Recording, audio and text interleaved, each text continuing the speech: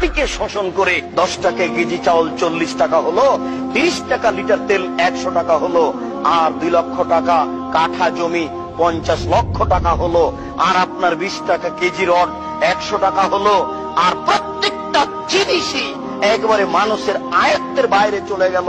দুঃখিত, আপনাকে কি দিয়ে বুঝায়? আল্লাহ রাসূল বলছেন যে নারী নেতৃত্ব হারাম। বাংলাদেশের মাটিতে যদি একজন মেয়ে মানুষ মেম্বার হয়, বাংলাদেশের মাটিতে যদি একজন মেয়ে মানুষ মেম্বার হয়, বাংলাদেশের মাটিতে যদি একজন মেয়ে মানুষ মেম্বার হয়, সারা দেশে গজব নাজেল হবে, সারা দেশে গজব নাজেল হবে, সারা দেশে গজব নাজেল হবে।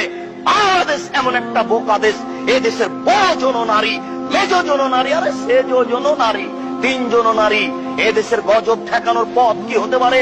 এদেশে গজব নাজেল হচ্ছে, এদেশে গজব নাজেল হচ্ছে, এদেশে গজব নাজেল হচ্ছে।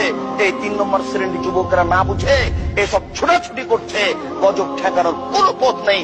এই মাটির উপরে পুরুষের বেঁচে থাকার সুযোগ নেই, তাদেরকে এখন মাটির নিচে যেতে হবে।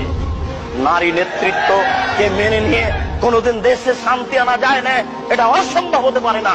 আল্লাহ রাসূলকে অপমান করে, আল্লাহ রাসূলকে উপেক্ষা করে জাতির কল্যাণ চাওয়া যায় না।